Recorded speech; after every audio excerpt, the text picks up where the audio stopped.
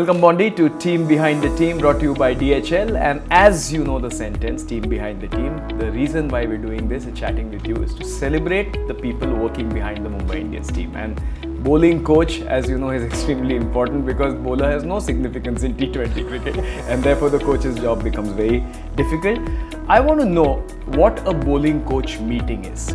Yeah, I suppose for me, my job is to work with the analyst or analysts that we have at Mumbai and take a huge amount of information, which there is about a whole range of stuff, and put it in front of the bowlers into a very simple plan that everyone understands, and then also that means that everyone knows what's expected of each other. So it brings a level of accountability that we know that when we're under pressure on the field, this is what I'd expect to see from my mate over here. So that takes time, like to break down all that information and then present it. Little strategies around that, how you work with Rohit, how you work with the coach and the players who run the boundary, and how you use your timeouts. All those little things are important just to make sure you get the right decision at the right time. So who are the guys who are bored of meetings, fast bowlers or spinners? Oh, it's the individual. Yeah, there's always personality. It's funny, when you coach, the names might be different, but the personality types are the same. So you always get those players who have no interest in meetings, players who will eat a lot of information up. And you sort of have to cater for both. There are players, we have an app at Mumbai where the players can watch as much video as they want to.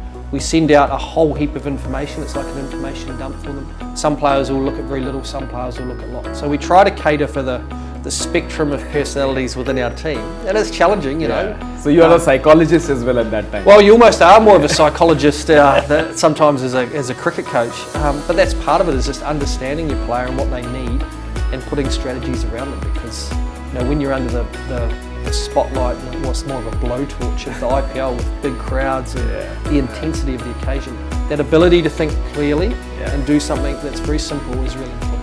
But what was that data point? For example, you know that a leggy bowling to a left-arm batsman is like, with the spin he can tonk him over mid-wicket and stuff like that. But then you have that wrong gun and then you put a slip fielder as well.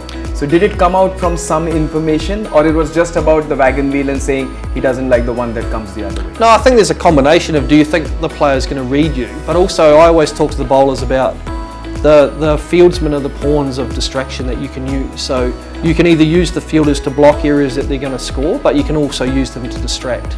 So by moving certain fielders in certain positions, a batsman might look, why is that fielder being moved into that position? And can start to premeditate or think about the ball that's going to doubt. Yeah, it creates a little bit of doubt, and if you can create that little bit of doubt, a poor ball might get caught on the boundary rather than going for six. Or as I say, if they're expecting a certain type of ball and another one comes, then it can get you an opportunity to create a wicket. So, batting at the moment in the IPL, the runs are crazy. It's gone to another level. So for us as a bowling team, and we've been on the receiving end, there's no doubt about that, we have to do whatever we can, and using your field and how you manipulate the batsman's mind is a big part of that. You mentioned somewhere, Bondi, I read an article where you said that the most important thing that a coach needs to do is to build trust. And that's the main job of the team behind the team as well, right? How do you build trust so that team trusts this team? And you have said it on multiple occasions. Work on that and things will fall into place. I think they do take time.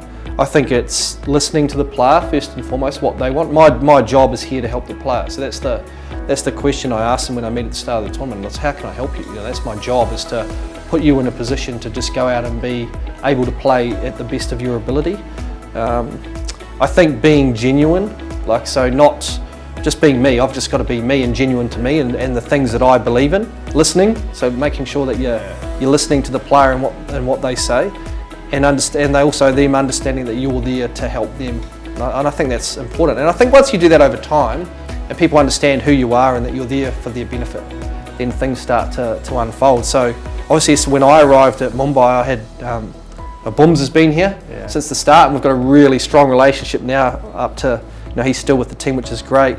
And then obviously we had, like, Lasith Malinga was at the team as well, and I'd played a lot against Lasith. What a great bowler, great man.